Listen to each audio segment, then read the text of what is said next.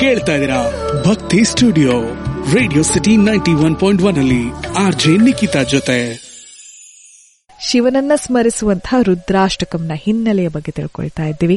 ಕಾಕಭೂಷುಂಡಿಯ ಬಗ್ಗೆ ಮಾತಾಡ್ತಾ ಇದ್ವಿ.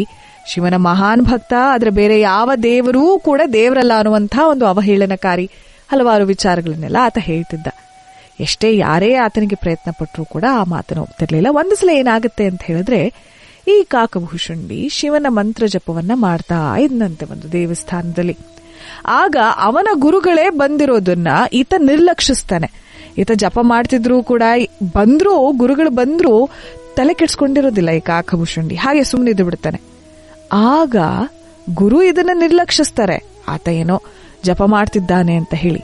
ಆದರೆ ಶಿವ ಆದಿ ದಕ್ಷಿಣಾಮೂರ್ತಿಯಾಗಿ, ಆದಿ ಯೋಗಿಯಾಗಿ, ಮೊದಲ ಗುರುವಾಗಿ ಆತನಿಗೆ ಸಿಟ್ಟು ಬರುತ್ತಂತೆ.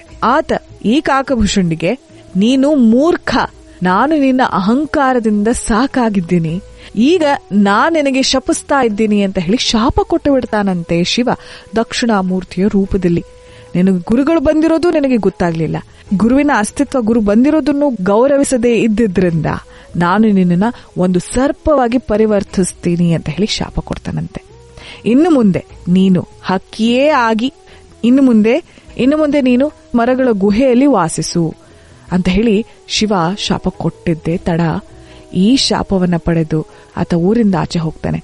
ಆದ್ರೆ ಇಲ್ಲಿ ನೋಡಿ ಗುರುವಿನ ಪ್ರೀತಿ ಎಷ್ಟಿರುತ್ತೆ ಅಂತ ಹೇಳಿದ್ರೆ, ಆತ ಪ್ರೀತಿ ಕರುಣೆಯಿಂದ ಭೂಷುಂಡಿಗೆ ಆಶೀರ್ವಾದ ಮಾಡ್ತಾನಂತೆ. ಮತ್ತೆ ಈ ಕಡೆ ಶಿವನ ಹತ್ರ ಕೇಳ್ತಾನಂತೆ, ಹೇಗಾದ್ರೂ ಮಾಡಿ ಕ್ಷಮಿಸಿ ಆತನನ್ನ, ಏನಾದ್ರೂ ಮಾಡಿ ಕ್ಷಮಿಸಿ ಅಂತ ಹೇಳಿ. ಮುಂದೇನಾಗುತ್ತೆ ಕೇಳ್ತಾ ಇದ್ದೀರಾ ಭಕ್ತಿ ಸ್ಟುಡಿಯೋ ರೇಡಿಯೋ ಸಿಟಿ 91.1 ಅಲ್ಲಿ ಆರ್ಜೆ ನಿಖಿತಾ ಜೊತೆ.